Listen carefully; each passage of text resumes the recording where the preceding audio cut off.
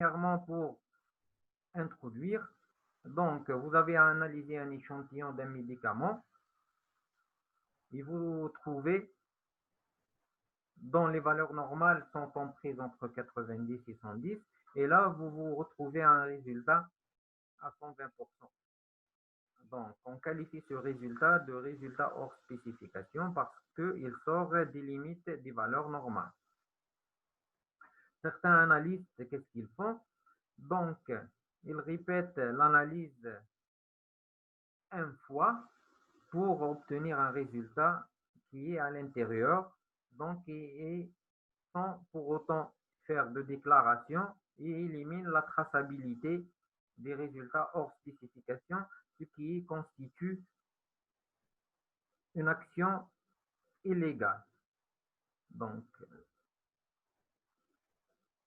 la revue des warning letters de la Fédération Food and Drug Administration a enregistré en 2011 plusieurs déclarations de le non-respect de la procédure de gestion des out of specification results. Dans les bonnes pratiques de fabrication, donc dans le chapitre 6, figure qu'on doit respecter et déclarer les résultats hors spécification. La conduite à tenir dans les laboratoires de contrôle de qualité devant un résultat d'analyse hors spécification, et ce quand les instructions du monographie ou la réglementation en vigueur ne sont pas appliquées.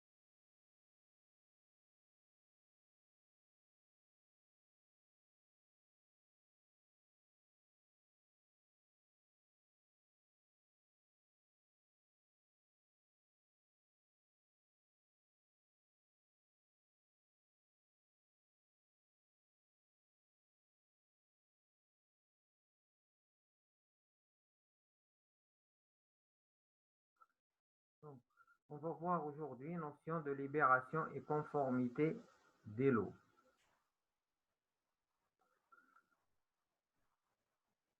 Donc, vous avez un échantillon à analyser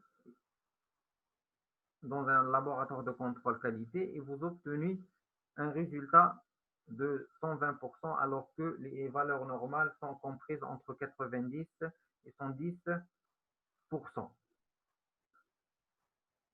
Donc, ce résultat de 120% est qualifié de résultat hors spécification. Donc, certains analystes, qu'est-ce qu'ils font? Donc, ils ne déclarent pas à leurs responsables.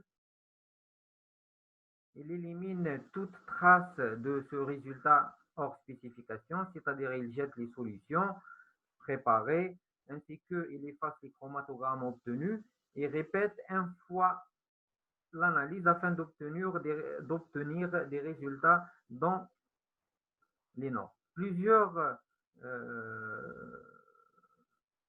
organisations mondiales de normalisation ont traité cet aspect. Ils ont conclu le non-respect de la procédure de gestion des out of specification results, les résultats hors spécification. Des compagnies ont reçu en 2011 des avertissements de la Food Drug and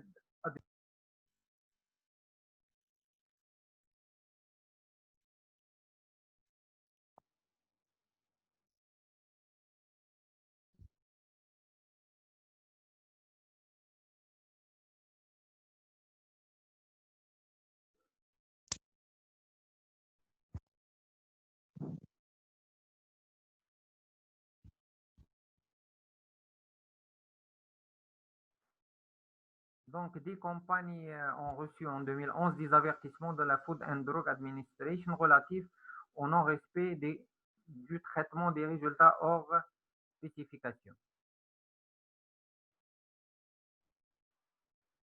Donc, les BPF, dans son chapitre 6, contrôle de qualité, donc traite l'obligation du respect de la procédure du traitement des résultats hors spécification. Donc, la norme ISO 9001, donc,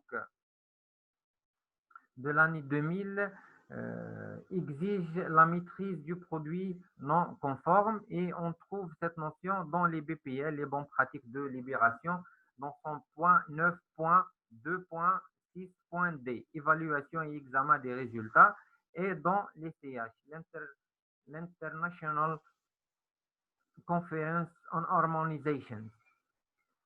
Donc, la conduite à tenir dans les laboratoires de contrôle de qualité devant un résultat d'analyse hors spécification, et ce, quand les instructions du monographie ou la réglementation en vigueur ne sont pas applicables. Donc, plusieurs organisations mondiales ont traité ce volet.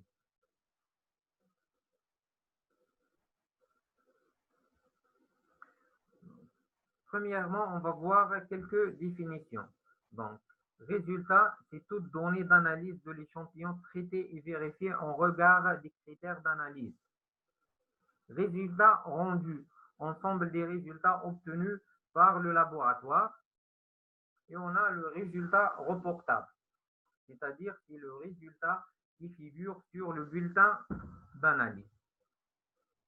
Donc la différence entre résultat rendu et résultat reportable. Donc là, si on prend l'exemple d'un dosage volumétrique, donc le résultat rendu, c'est la chute de burette. Et après, on va utiliser cette chute de burette pour avoir un résultat ou un pourcentage de dosage qui va figurer sur le certificat d'analyse. Résultat hors spécification. Donc, c'est tout résultat issu d'une procédure d'analyse obtenue dans les conditions définies et sort des spécifications requises. Donc, c'est-à-dire, la spécification, ce sont les normes. Donc, un produit fini, le dosage d'un produit fini doit être compris entre 90 et 110%. C'est-à-dire, si on a un comprimé de doliprane à 500 mg, la valeur normale, il doit être compris entre 450 mg et 550 mg. Si on trouve un résultat qui sort de cette fourchette, donc on appelle ça un résultat hors spécification. Pour le résultat hors tendance, donc il y a des sociétés par mesure préventive, donc ils vont faire un rétrécissement de cette valeur. Donc, au lieu de 90 et 110, donc ils ont l'habitude toujours de trouver un résultat compris entre 95 et 105. Si ils trouvent un résultat supérieur à 105 ou inférieur à 95, donc ils vont qualifier ça de résultat hors tendance, hors habituel, c'est-à-dire ils sont habitués à trouver un dosage compris entre 90 et 105.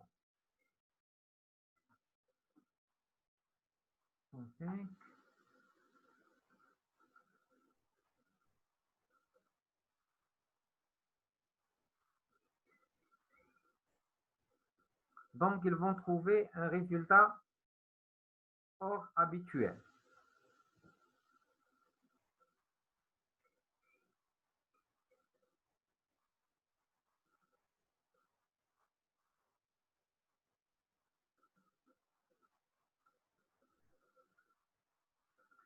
Réanalyse, rééchantillonnage et retest.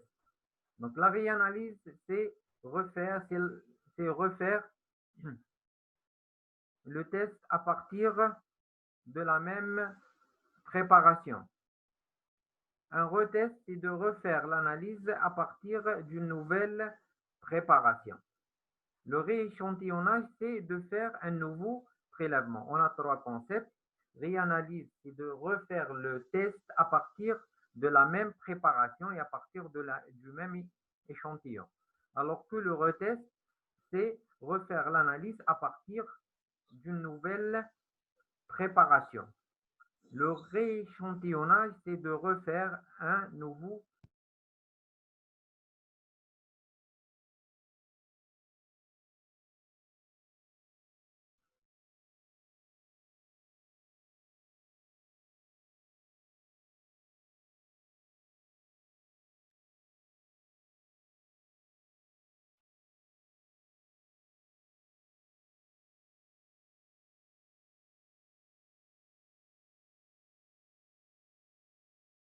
Deuxième point, les responsabilités. Donc, l'analyste en charge de l'analyse doit impérativement, lorsqu'il lorsqu'il trouve un résultat hors spécification, informer immédiatement son superviseur, conserver l'ensemble des éléments échantillons jusqu'à la clôture de la procédure de traitement des résultats hors spécification, participer à l'enquête préliminaire et éventuellement à l'enquête élargie. Ce qui est à retenir, c'est que l'analyste, lorsqu'il obtient un résultat hors spécification, il doit impérativement informer son supérieur hiérarchique. Pour le responsable laboratoire, donc, il mène l'enquête préliminaire conjointement avec l'analyse qui ont généré le résultat hors spécification. Il participe même à l'enquête élargie avec le responsable assurance qualité.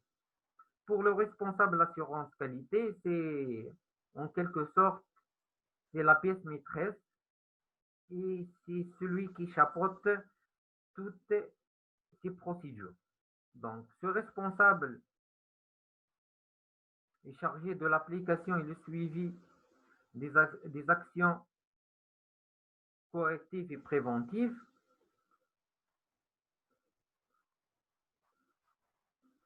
et doit prendre les décisions à la fin de chaque enquête. Là, on arrive à un point très important, c'est les délais, c'est-à-dire un analyste a obtenu un résultat hors spécification, combien il a de temps maximal pour déclarer ce résultat. Donc, tout résultat reportable issu de la procédure analytique doit être déclaré s'il est en dehors des spécifications, donc dans les 24 heures. D'accord? Donc, l'analyste, s'il trouve un résultat hors spécification, il doit avertir son responsable hiérarchique, qui est le responsable du contrôle qualité, dans les 24 heures maximum. Pour l'enquête laboratoire préliminaire, donc le délai le plus court possible, mais un délai de l'ordre de 12 jours ouvert à partir de la déclaration de l'OAS est acceptable. Donc là, ce qui est en rouge, donc ce sont des délais d'une société. Ils ont choisi de faire l'enquête au maximum, l'enquête laboratoire préliminaire dans un jour. Mais la norme, c'est au maximum 2 jours ouvrés à partir de la déclaration de l'OAS. L'enquête élargie, elle peut prendre jusqu'à 20 jours, mais la société, c'est un exemple, donc elle a pris un délai maximum de 10 jours. D'accord? Donc l'enquête laboratoire, 1 jour, l'enquête élargie et la décision, 10 jours, et le plan de retest, il doit prendre 20 jours. Logigramme, donc déclaration de l'OAS, ouverture de l'enquête préliminaire. Si on a révélé une erreur laboratoire, donc on va éliminer le résultat hors norme obtenu et faire une réanalyse. Soit, si on n'a pas révélé une erreur laboratoire, on doit passer à une enquête élargie. Méthodologie. Donc, enquête, on a obtenu un résultat hors spécification. Donc, l'analyste a averti son supérieur hiérarchique. Donc, une enquête laboratoire préliminaire doit être déclenchée. La méthodologie, donc, c'est la méthodologie de recherche des causes. C'est le checklist publié par l'Agence du médicament, l'Agence européenne du médicament. Donc, c'est un formulaire à remplir. Soit on va opter pour l'arbre des causes, diagramme d'Ishikawa. Donc, il contient la vérification des 5 M. C'est-à-dire, j'ai obtenu un résultat hors spécification lors de l'analyse par HPLC. Donc, comment je vais faire le diagnostic en utilisant le diagramme d'Ishikawa? Pour le matériel, donc je dois vérifier si le matériel est qualifié. La main-d'œuvre, je dois vérifier si l'analyste qui a réalisé le test par HPLC est formé et qualifié pour faire les analyses en utilisant l'HPLC. On doit vérifier si la méthode de dosage est validée. On doit vérifier si les matières utilisées sont conformes, ils n'ont pas une date expirée, c'est-à-dire des matières premières et des standards périmés. On doit vérifier si le milieu est conforme en termes de température, d'humidité, d'installation et d'environnement. Résultats et conclusions. On a terminé avec l'enquête laboratoire préliminaire, c'est-à-dire soit on a utilisé le checklist de l'Agence européenne du médicament, soit on a utilisé l'arbre des causes ou diagramme d'Ishikawa. À la fin, donc, on doit prendre des décisions. Si une cause laboratoire a été identifiée, le résultat 1 est invalide et on doit clôturer l'enquête et faire une réanalyse. Résultat conforme, donc résultat reportable. Si on trouve le nouveau résultat non conforme, on doit déclencher une nouvelle enquête. La deuxième possibilité, une cause laboratoire non identifiée. Donc, un résultat non rendu et ouverture, on passe à la deuxième étape, c'est-à-dire une enquête élargie. Donc, on va faire l'enquête dans le département production, assurance qualité, maintenance, parce que on n'a pas révélé une enquête au sein du laboratoire de contrôle qualité.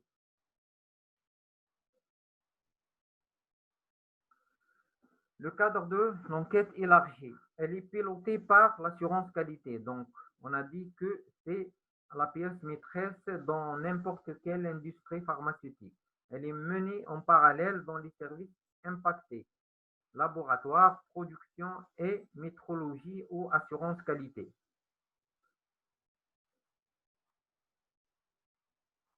Voilà donc les étapes. Donc, enquête laboratoire,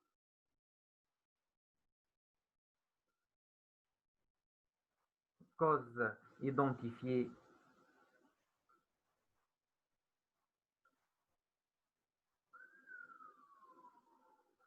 donc soit cause laboratoire, donc on doit effectuer, la cause elle est identifiée, on doit effectuer des essais additionnels éventuels. Les causes de prélèvement, donc on doit refaire le prélèvement, soit on doit passer par le plan de retest qui est l'étape numéro 3.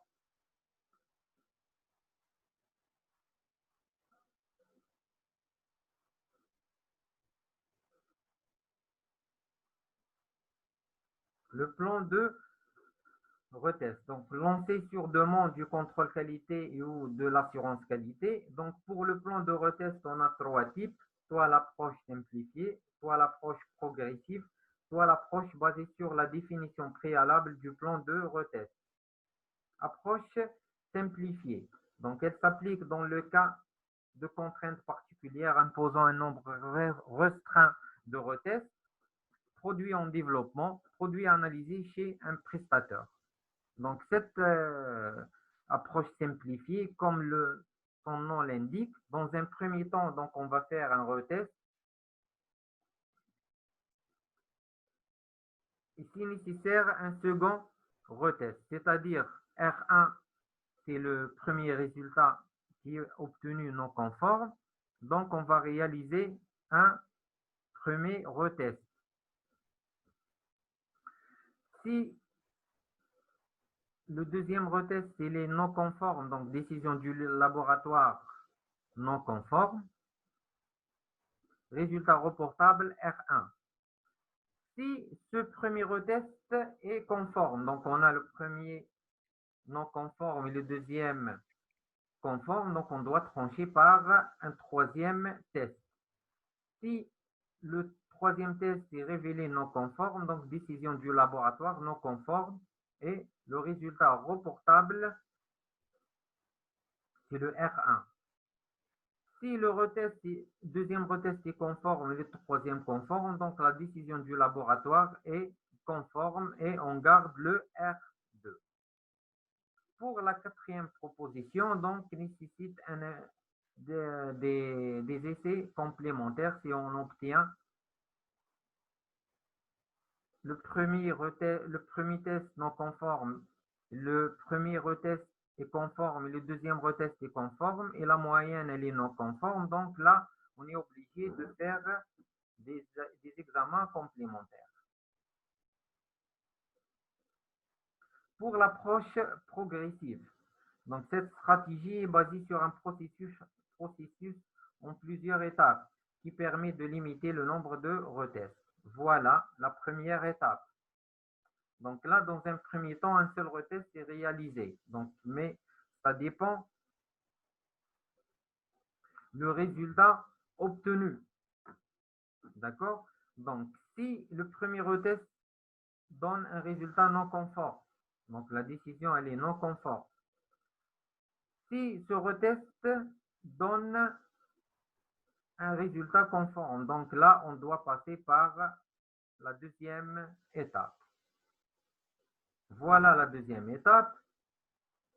Donc, vous remarquez là qu'on réalise un deuxième retest et là, ça dépend des résultats et ça dépend l'homogénéité des résultats. Donc, cette homogénéité, elle est évaluée par le coefficient de variation qui doit être inférieur ou égal à 2%. Donc, voilà les cases qui exigent une troisième étape. Voilà la troisième étape.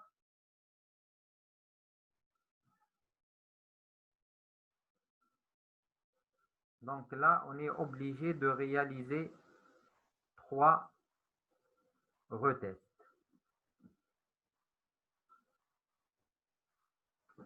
La troisième approche, c'est l'approche basée sur la définition préalable du plan de retest. On a soit ce plan de retest est basé sur la répétabilité de la méthode, soit basé sur l'aptitude de la méthode. Et là, le nombre de retests, n est égal k qui est le facteur d'élargissement qui peut prendre soit la valeur 2 ou 3. Là, c'est le coefficient de variation de la validation de la méthode et là, c'est le coefficient de variation de la série. En appliquant cette formule, donc on obtient le nombre n de retests à réaliser en se basant sur la répétabilité de la méthode. Là, c'est la formule de calcul du nombre de retests en se basant sur l'aptitude de la méthode. Là, c'est le résultat out of specification moins la limite supérieure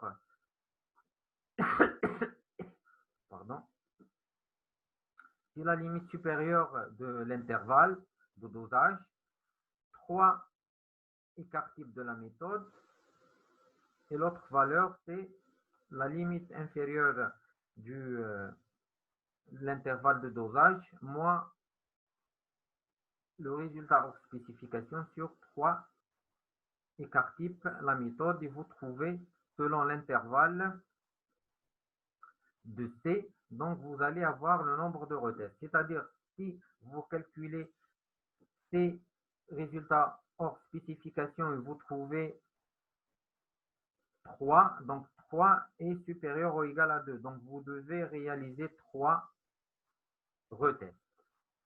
Traitement statistique et conclusion sur le plan de retest. Les différentes étapes. Donc, évaluation de l'homogénéité de l'ensemble des résultats de R1 jusqu'à Rn. Test d'aberrance dans le cas d'une dispersion non satisfaisante. Là, on applique test de Dickson au Grubbs. Évaluation des résultats et conclusion ou investigation complémentaire. Voilà un logigramme. Donc là, le plan de retest. On a le test, le premier test qu'on a trouvé non conforme et on a réalisé N retests. Donc on va évaluer l'homogénéité. Si on a trouvé que la série n'est pas homogène, donc qu'est-ce qu'on va faire? Le premier résultat, donc on va remarquer si le premier résultat est le seul résultat hors spécification. Si oui, donc on va confirmer si R1 c'est le seul test aberrant par au moyen du test de Dickson. Après, donc on va éliminer R1 et notre série qui est au départ constituée de R1 jusqu'à Rn. Donc on a éliminé R1 parce que c'est un résultat hors spécification et on va analyser une série qui commence de R2. Donc, si cette série, elle est homogène, donc résultat conforme, résultat rendu, c'est la moyenne de R2 jusqu'à R6. Si cette série n'est pas homogène, donc on doit faire des investigations complémentaires. Là, on a traité si l'homogénéité a été, si la série a été non homogène. Donc, pour la diapo suivante, on a analysé la série qui comporte de R1 jusqu'à Rn et on a trouvé que la série, elle est homogène. Donc, on va utiliser la moyenne des résultats. Si cette moyenne des résultats, elle est conforme, si elle est non conforme, donc le résultat, il est non conforme. Si elle est conforme, donc on va déterminer le nombre de résultats out of specification inférieur aux critères définis. Il y a des sociétés, donc là, ça rentre dans le cadre du système assurance qualité de la société. Là, ce critère, on n'a pas de norme. Donc, il y a des sociétés qui mettent que lorsque le nombre de résultats out of specification est inférieur à 2, donc le résultat est conforme. Si supérieur à 2, donc le résultat il est non conforme et là, elle est en fonction de la politique qualité de la société. Étude des cas. Voilà le premier cas. On a dosé le tétrazépam dans un produit fini par HPLC avec des spécifications entre 95 et 105% de la dose unitaire, 50 mg. Mais on a trouvé, voilà les conditions chromatographiques.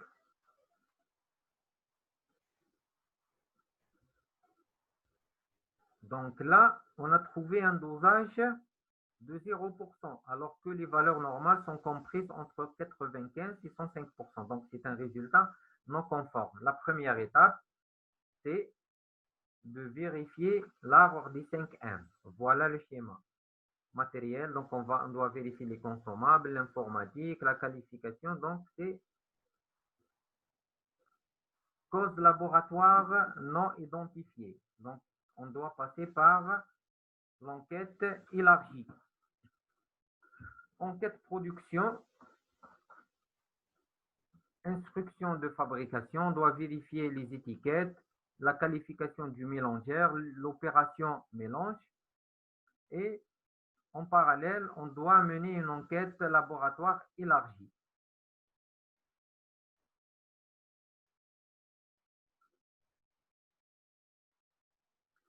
Donc là, on a trouvé que, après investigation, on a trouvé que l'erreur était dans la phase mobile.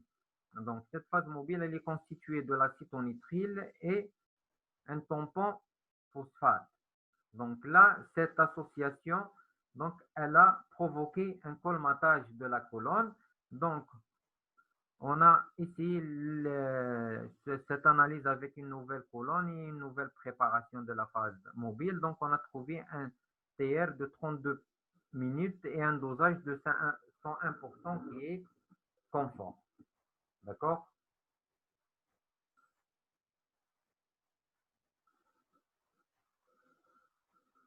Donc, on a fini avec ce cours. Si vous avez des questions, je suis là.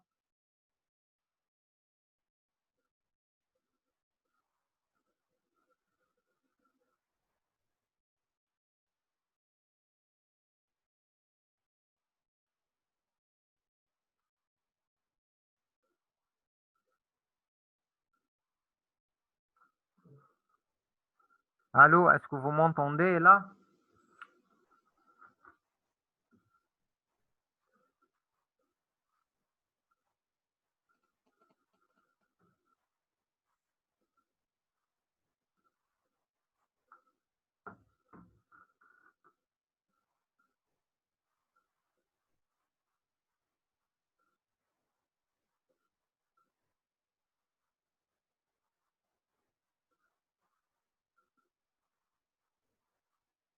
Là, puisque vous m'entendez, donc à vos questions.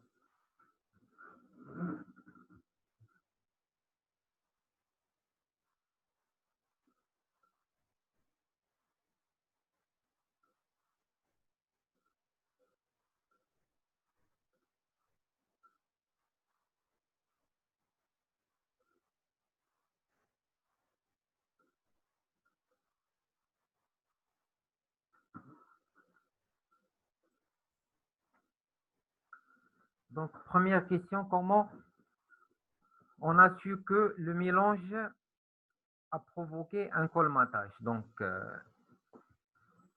pour le système HPLC, donc vous avez, comme on a vu ça dans la qualification, on a dit que lorsqu'on a deux types de pompes, binaire ou quaternaire. L'intérêt de la pompe, c'est la pompe, vous avez la possibilité à travers le logiciel, soit de faire le mélange automatiquement, donc vous donnez instruction logicielle, vous prenez de la voie A 80% et de la voie B 20%. Soit vous mélangez, vous allez mettre la phase mobile. Là, comment on a su qu'il y a un colmatage? Donc, le passage de la phase mobile à travers la colonne, donc il va exercer une certaine pression. Donc, dans l'enquête laboratoire élargie, on a remarqué que la pression, on a l'habitude de trouver 100 pascal. Donc, lors de cette analyse et après l'enquête approfondie, donc on a trouvé que le logiciel affiche une pression de 50 kilopascal. Donc là, il y a des obstacles qui empêchent la phase mobile de traverser facilement la colonne. Donc, qu'est-ce qu'on a fait? On a ramené une nouvelle colonne et on a fait le mélange à l'extérieur. Donc, on a mis un seul flacon, donc, qui comporte 80% de la phase A et 20% de la phase B. Et on a refait l'analyse par HPLC. C'est comme ça qu'on a su qu'il y a un colmatage. Deuxième question, il nous faut des exercices pour appliquer les formules que vous nous avez données, messieurs. Là, pour les formules, ça ne nécessite pas des exercices parce que c'est une suite logique. On va voir ensemble. Par exemple, c'est l'approche vous devez me suivre. Donc, si on prend l'approche progressive, vous avez le tétrazépam, le paracétamol à 500 mg. La valeur normale, c'est entre 450 et 550. Vous avez trouvé 600 mg. La première étape, vous allez faire un premier retest. Vous avez trouvé le résultat non conforme et l'homogénéité, elle est évaluée par le coefficient de variation. On a dit que le coefficient de variation est égal à l'écart type sur la moyenne fois 100. Vous avez trouvé l'homogénéité conforme et la moyenne non conforme. Donc, la décision, elle est non conforme. Si vous avez trouvé le résultat R2, il est conforme. Qu'est-ce que vous allez faire? Vous allez passer à la deuxième étape et ainsi de suite.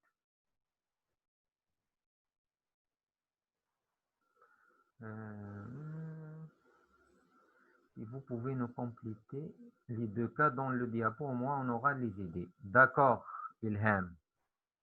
Il n'y a pas de souci. Le deuxième cas. Deuxième cas. Donc, dosage d'un principe actif, le bisoprolol, dans un produit fini. Donc, on doit avoir 9,5 et 10,5. Donc, on a trouvé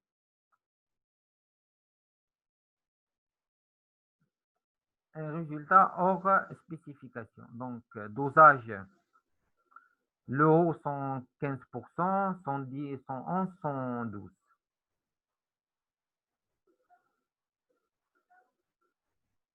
Donc là, si vous avez fait ça au galénique, donc c'est l'opération mélange. Donc on prend du milieu, du bas et le haut du mélangeur. Donc là, les 3 points sont surdosés. La logiquement, si je trouve le haut, il est surdosé, le bas et le milieu sous-dosés, c'est complémentaire. Mais là, les 3 points sont surdosés. Donc, il y a un problème quelque part. Toujours l'arbre des 5M. Et là, il y a une certaine règle. Il faut traiter l'échantillon et le standard de la même manière. Là, on a trouvé que l'analyse ou l'opérateur qui a réalisé le dosage n'a pas mélangé l'échantillon parce que là, vous trouvez la préparation du standard, dissoudre et on ne mélange pas. Alors que pour l'échantillon, il y a mélangé. Là, il n'a pas mélangé, donc on a trouvé que le bisoprolol fumarate standard n'a pas été bien dissous, donc on est arrivé à un surdosage. D'accord? Troisième cas, c'est le tamsulosine. Donc là, c'est l'analyse par HPLC. Donc voilà les conditions. Et voilà, on a trouvé une valeur de 2,13 qui est hors spécification. Toujours, on passe par l'enquête. Voilà l'enquête élargie. Donc là, on a passé par le plan de retest, réalisation de 5 nouveaux retests.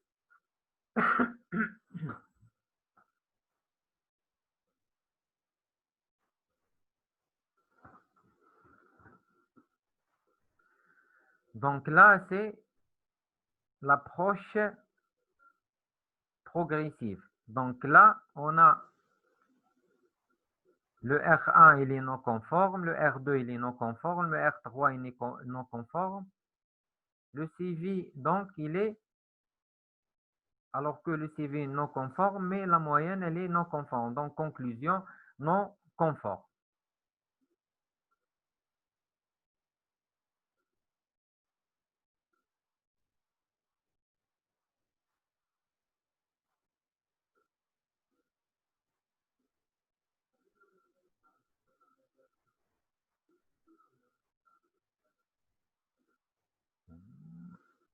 Donc là, une question, S'il vous plaît, c'est quoi l'homogénéité de l'ensemble dans le retest?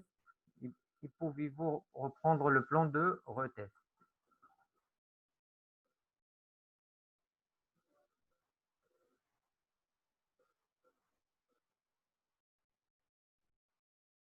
Donc là,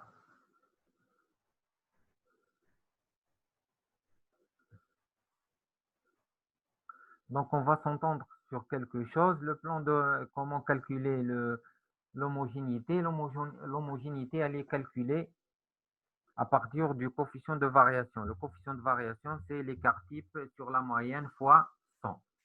Voilà le plan de retest. Là, vous devez me suivre. Là, on va refaire.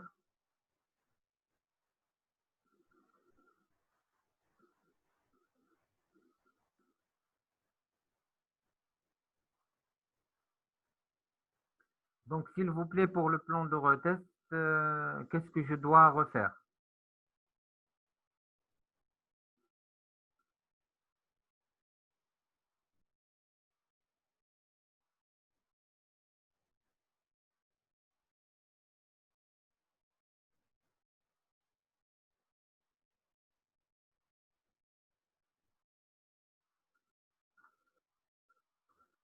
Là, vous me suivez. Je vais refaire la partie retest.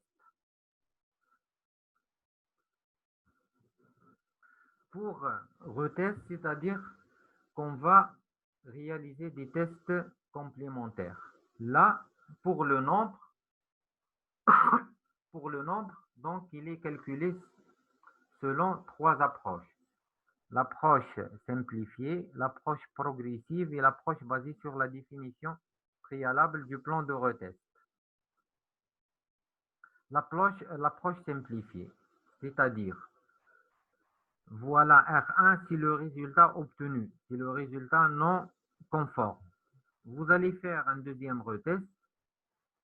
Si le deuxième retest il est non conforme, donc décision du laboratoire non conforme, le résultat R2 il est conforme. Donc là, vous devez passer par la moyenne des trois retests.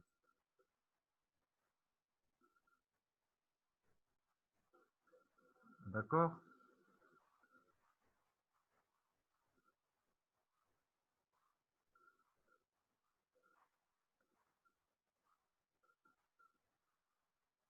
Là, pour l'interprétation du plan de retest. Donc, automatiquement, vous avez le R1, c'est le résultat non conforme obtenu suite, suite à l'analyse. Donc, c'est votre, là, c'est votre premier.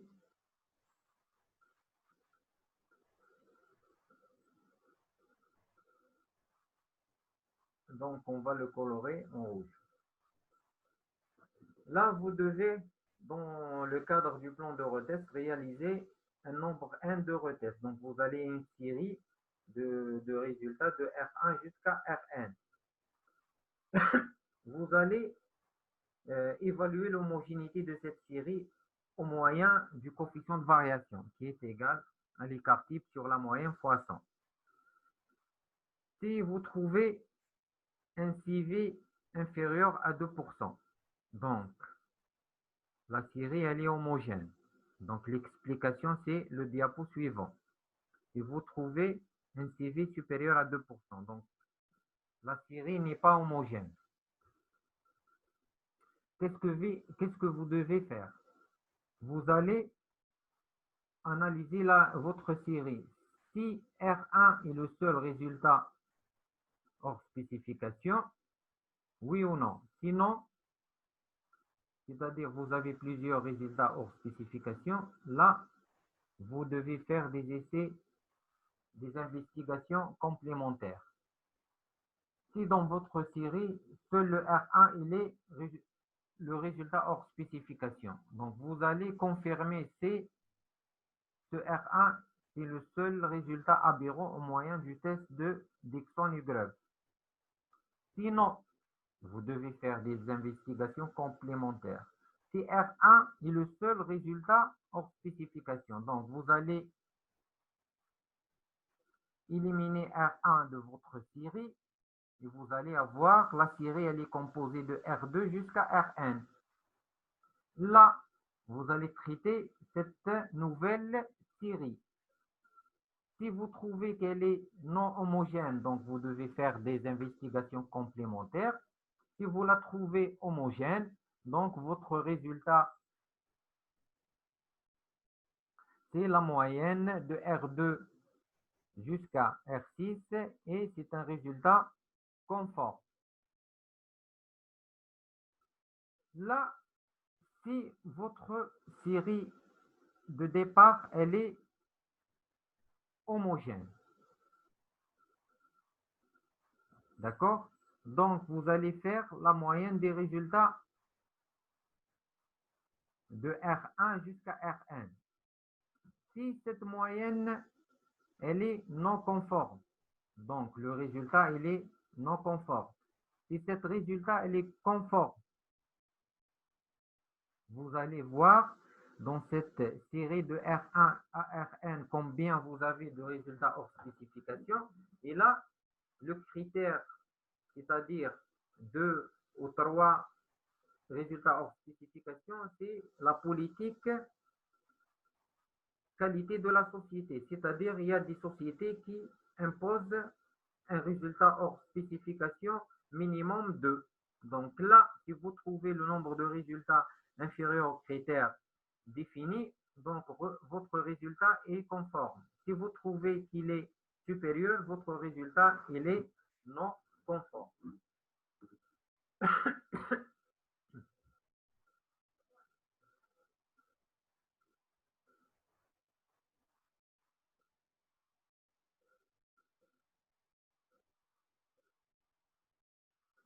Est-ce que vous avez d'autres questions?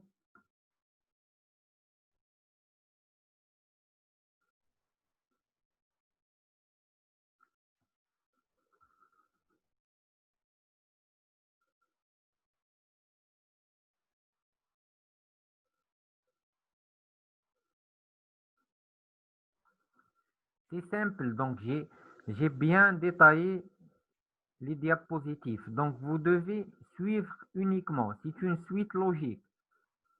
Vous avez toujours les deux possibilités. Si oui, vous suivez le chemin, sinon vous suivez le chemin.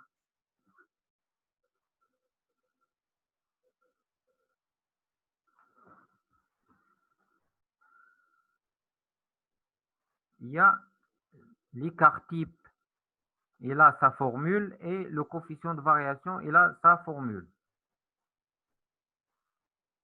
L'homogénéité, s'il vous plaît, elle est évaluée par le coefficient de variation. Le coefficient de variation, donc je vais vous envoyer un message, tout le monde en public.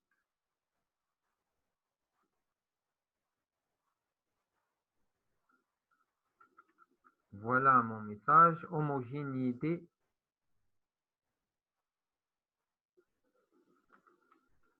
Homogénéité d'une série. Elle est égale à l'écart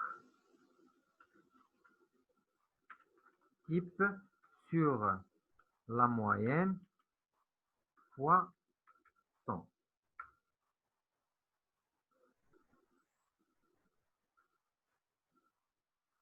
Pour le calcul de l'écart type, on va voir pour le calcul de l'homogénéité de l'écart type et de la moyenne, on va voir ça dans le cours métrologie.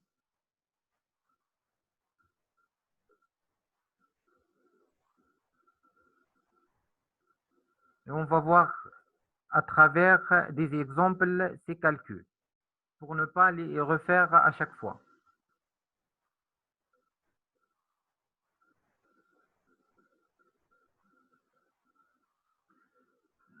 Une question, comment choisir l'approche? Là, je répète que ça rentre dans la politique assurance qualité de la société. Il y a des sociétés qui admettent, c'est au choix.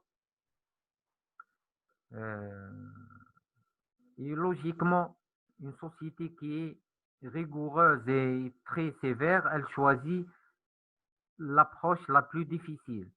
Et pour d'autres sociétés qui aiment la facilité, elles choisissent l'approche simplifiée. Mais le choix, il n'est pas imposé par une certaine réglementation. Donc, chaque société choisit sa politique qualité.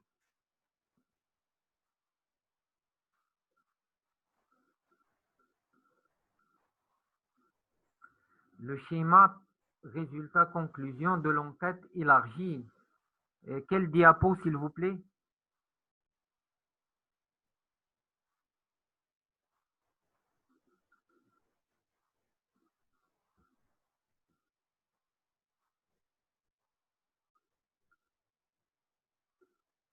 Diapo 22.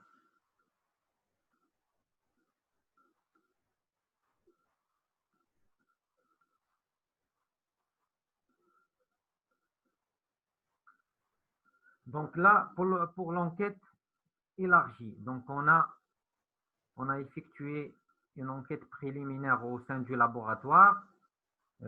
Conclusion, on n'a pas évoqué une cause laboratoire, donc on va faire une enquête élargie. Cette enquête, elle concerne le laboratoire et les autres départements. Pour l'enquête laboratoire,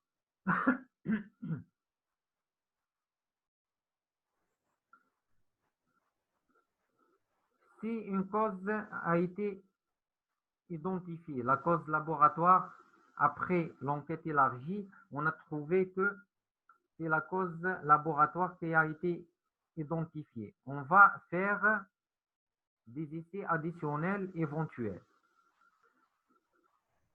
Et si on trouve que c'est une cause prélèvement, donc on va faire un rééchantillonnage et une nouvelle analyse. D'accord? Si une cause n'a pas été identifiée, donc on doit passer par le plan de retest. Ce plan de retest,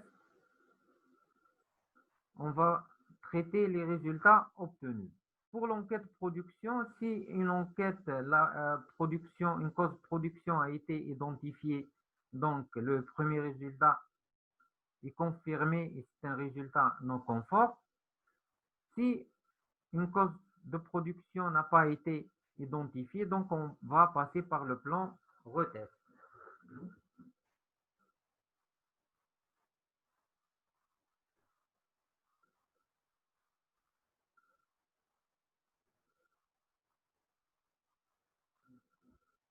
Donc la différence entre euh, juste l'abréviation CAPA, c'est en anglais Corrective and Preventive Action. Donc les actions préventives et correctives. C'est en anglais Corrective and Preventive Actions. La différence entre enquête laboratoire préliminaire et élargie et le retest. Donc on a trouvé un résultat hors spécification. La première des choses, c'est de faire une enquête laboratoire. C'est-à-dire, on va faire une enquête laboratoire ibtidaïya, préliminaire. On n'a pas trouvé de cause laboratoire. On va faire une enquête élargie. Donc là, mu'amqa. Elle va toucher le laboratoire, la production et les autres départements. Malgré cette enquête élargie qui touche tous les départements, on n'a pas trouvé de cause. Donc, on va passer au plan de retest. C'est trois étapes différentes. Enquête laboratoire préliminaire, enquête élargie en deuxième position qui touche le laboratoire, la production, la maintenance et l'assurance qualité. Troisième étape, c'est le plan de retest.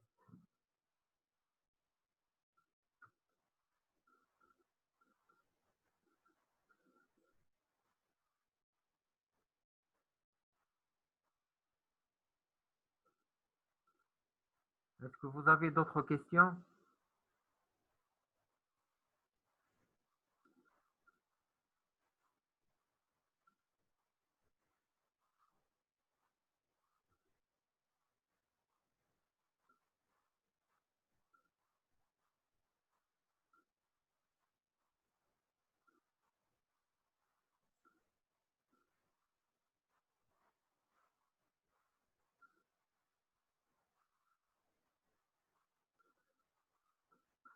Donc, l'intérêt des CAPA, c'est-à-dire les actions correctives et préventives. Donc, une fois on a eu des résultats non conformes et on a identifié les causes. Donc, on doit mettre un plan pour ne pas retomber dans ces résultats non conformes. Donc, هي الاحتياطات الوقائية.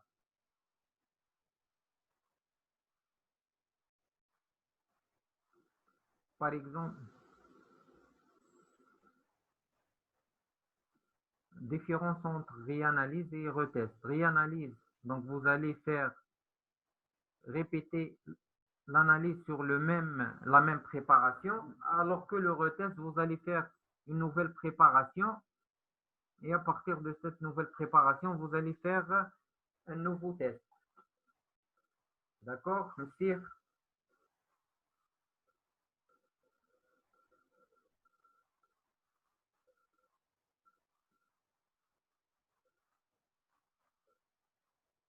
Le résultat de l'enquête élargie, c'est quel diapo?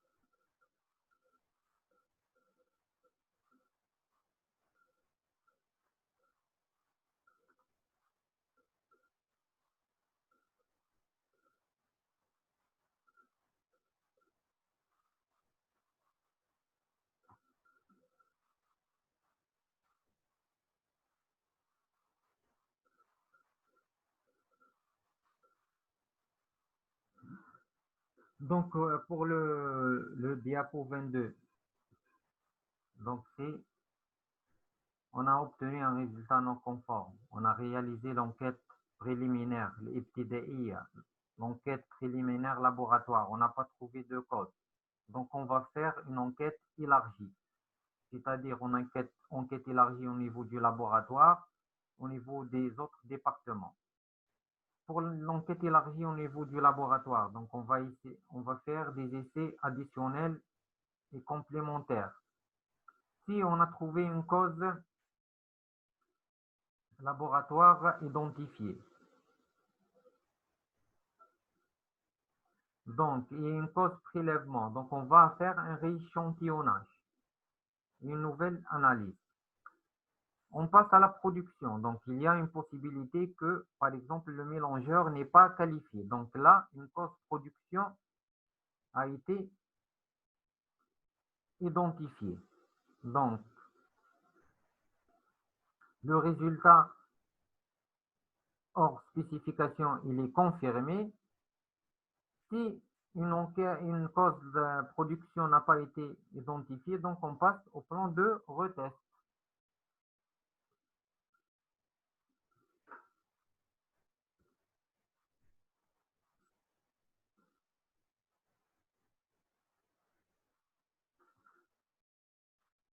Pour comment vous pouvez déceler les anomalies ou bien les causes de la non-conformité dans les trois cas. Ce sont des cas pratiques. D'accord? Euh,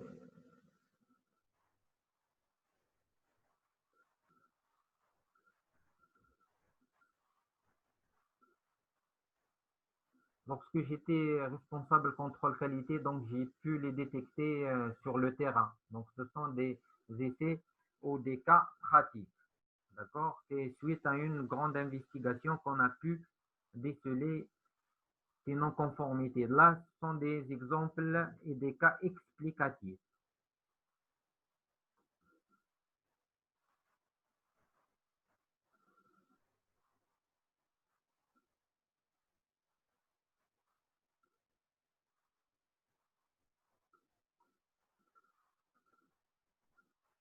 Pour les formules diapo 30, la répétabilité de la méthode. Donc, automatiquement, si on admet que dans l'industrie pharmaceutique, on a toujours le respect des 5 M, c'est-à-dire méthode validée. Donc, les méthodes utilisées doivent être validées. Donc, dans leur rapport de validation, on trouve la répétabilité et l'aptitude. La répétabilité, donc, on trouve le coefficient de variation de validation de la méthode. Donc là, on va l'utiliser dans cette formule. Le coefficient de variation de la série, K, il peut prendre 2 ou 3. Donc, vous allez utiliser cette formule pour calculer N. Si on va opter pour l'aptitude de la méthode, voilà la formule. ROS, c'est le résultat out of specification, moins la limite supérieure de l'intervalle de dosage. Et là, c'est la limite inférieure, lower, limite inférieure, limite supérieure, lower et upper. Donc, limite supérieure, limite inférieure, limite supérieure, moins le résultat hors spécification. Là, c'est trois écarts-types de la méthode. Ce sont là les écarts-types et les de la série sont des données que vous allez les trouver dans le dossier de validation de la méthode. Donc, vous allez là les appliquer en utilisant les résultats hors spécification trouvés. Si vous calculez COOS, vous trouvez une valeur supérieure ou égale à 2, donc vous devez réaliser 3 retests.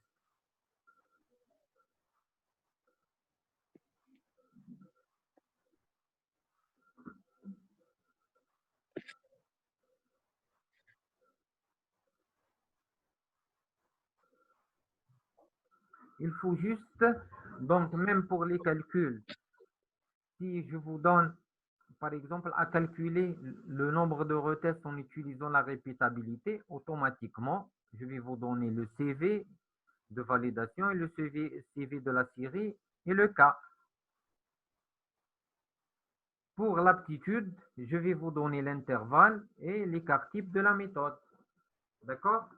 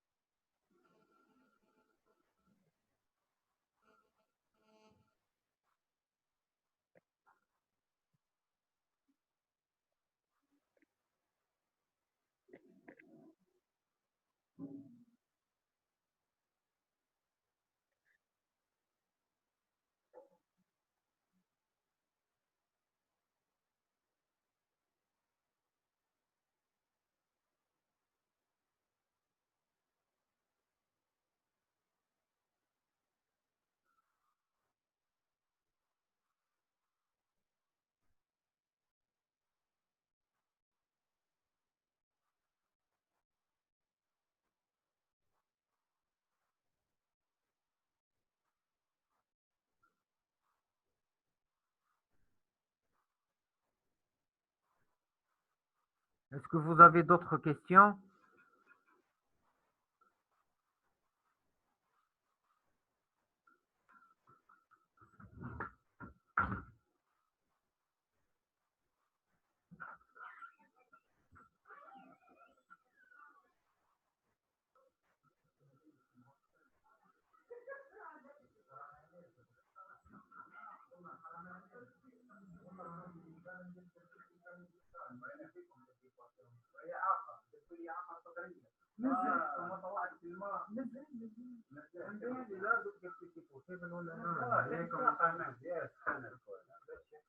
On peut changer le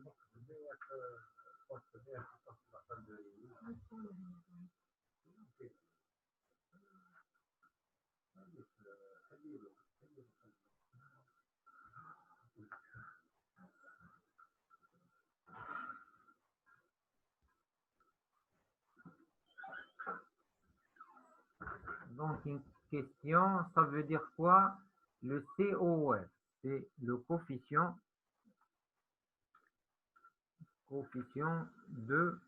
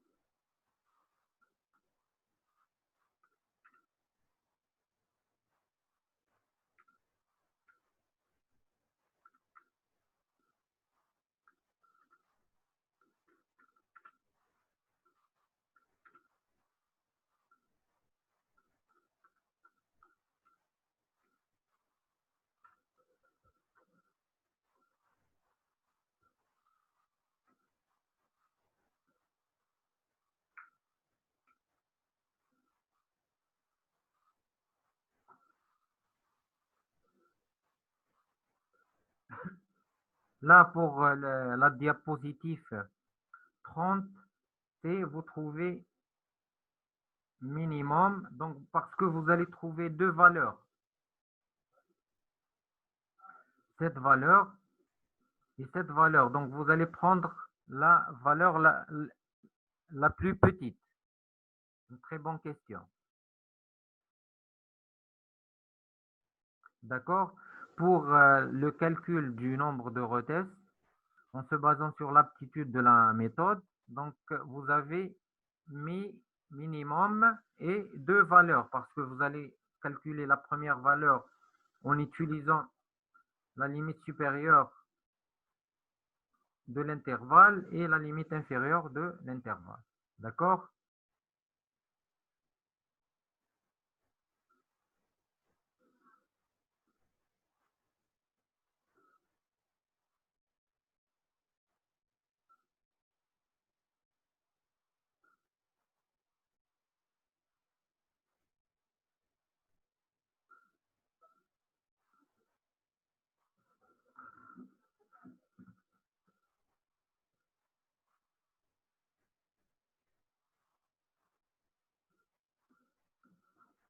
Oui, parce que lorsque vous calculez, vous trouvez deux valeurs.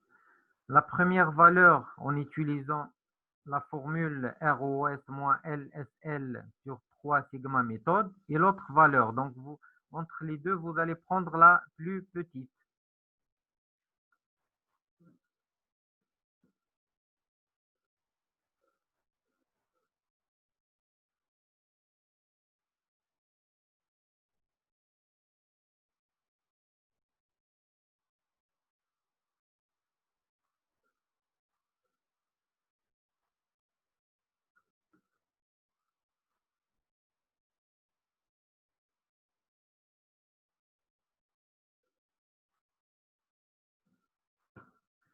Ces trois écarts types de la méthode, ce sont des propriétés intrinsèques qu'on trouve dans le dossier de validation de la méthode. Ce sont, on vous donne ça comme données.